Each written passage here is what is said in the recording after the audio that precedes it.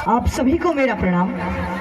आज त्योहार तो दुर्गा पूजा का है, पर मैं प्रणव कुमार आज जो कविता प्रस्तुत करने जा रहा हूँ वो कली और कल्कि अवतार के बीच के विवाद को दर्शाता है। अभी कलयुग आके खड़ा हुआ है।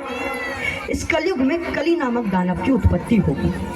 वे इस धरती पर अधर्म फैलाएंगे और कलयुग को उसको चरम सीमा तक पहुंचाने का पूरा प्रयास करेंगे। तभी विष्णु भगवान के 10वें अवतार कल्कि अवतार का जन्म होगा। वो इस दानव का संहार करेंगे और पुनः धर्म की स्थापना करेंगे। तो इसी संदर्भ में कली भगवान को कह रहा है कि वो क्या चाहता है, क्या क्या कर सकता है और कलयुग को उसके चरम सीमा तक पहुंचाने के लिए क्या क्या कर सकता है। तो यहीं से कविता जन्म लेती है। अब अशुद्धि के लिए शुद्ध होना चाहता हूँ, अब बुद्धि को लिए मैं बुद्ध होना चाहता हूँ। इस जगत में शांति चारों ओर हो, इस जगत के प्रेम पर मैं कृत होना चाहता हूँ तोड़ देना शांति की सारी दीवारें, चाहता हूँ मोड़ देना सत्य की सारी गुहारें, चाहता हूँ इस धरा पर द्वेष फूले और फले, चाहता हूँ जगत के हर हृदय पे छल पले। तो मैं नहीं रावण की तुम आओ और मुझको मार दो। कली भगवान को कह रहे कि मैं उन राक्षसों की तरह नहीं हूँ जिन्हें तुमने आराम से आसानी से मार दिया था, कि मैं नहीं रावण की तुम आओ और मुझको मार दो। मैं नहीं वे कंस जिसकी बाह तुम उखाड़ दो। कंस रावण दुर्योधन तुमको नहीं पहचानते थे, वे निरे ही मूर्ख थे, सिर्फ सिद्ध पकड़ना जानते थे। मैं जगत का हूँ अधिष्ठा था, मुझे पहचान लो, हर हृदय में मैं बसा हूँ, बात मेरी जान लो।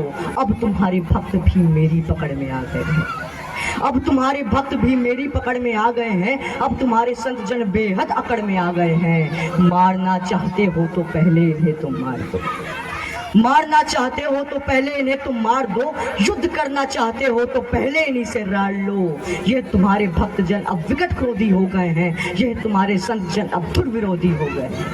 अब बचो अपने ही भक्तों से, संभालो जान को, और बन सके तो तुम बचा लो अपने गौरव मान को। अब कली भगवान को बोल रहा है कि अपने गौरव मान को बचा लो। अब नहीं मैं रूप धर के सत सवर के घूमता हूँ, अब नहीं मैं रूप धर के सत सवर के घूमता हूँ, अब नहीं मैं छल कपट को सर पे रखे घूमता हूँ, अब नहीं है नंदनीय चोरी डकैती और हरण, अब हुए अभिनंदनीय झूठ हत्या और दमन।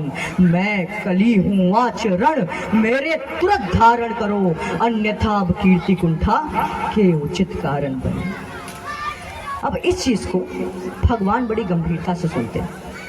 फिर भगवान क्या बोलते हैं, तुम बहुत बोले मैं चुपचाप सब सुनता रहा, तुम बहुत बोले मैं चुपचाप सब सुनता रहा, तेरे हृदय की वेदना में मन ही मन गुनता रहा।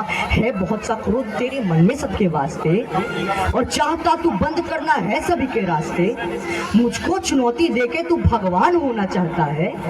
हाँ ज्ञान का पुतला है पर ज्ञान होना चाहता है। तू समय का मात्र प्रतिवाद और विवाद है, तू स्वयं अब्रह्म और उसका नाद होना चाहता है। कि तू नहीं कुछ भी कली, इस सत्य को तू जान ले, और कुछ भी नहीं है बस में तेरे बात तू ये जान ले। कली अभी तू कच्चा है, शूरवीर नहीं बस बच्चा है। चल तुझको आज बताता हूँ, मैं विश्व रूप दिखलाता हूँ। मैं सत्य सनातन आदि पुरुष, मैं सत्य सनातन शक्ति हूँ, मैं अखिल विश्व की श्रद्धा हूँ, मैं मनुष्य हृदय की भक्ति हूँ। जब सत्य जागता है मन में, मैं सत्युग नाम धराता हूँ। जब राम प्रकट हो जाते हैं, मैं त्रेता युग कहलाता हूँ।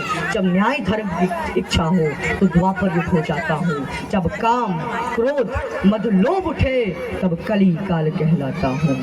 तू पार न मुझसे पाएगा, तू तनिक नहीं टिक पाएगा, तू सत्य धर्म के पैरों से भूमि पर कुचला जाएगा। अब यह सुनकर कली को अपनी गलती का एहसास होता है, और कली क्षमा मांगते हुए भगवान से क्या कहते हैं, ये देख कली का दिल डोला, ये देख कली विचलित बोला।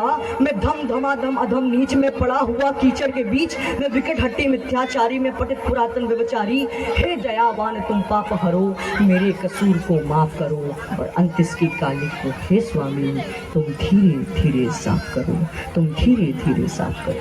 धन्यवाद।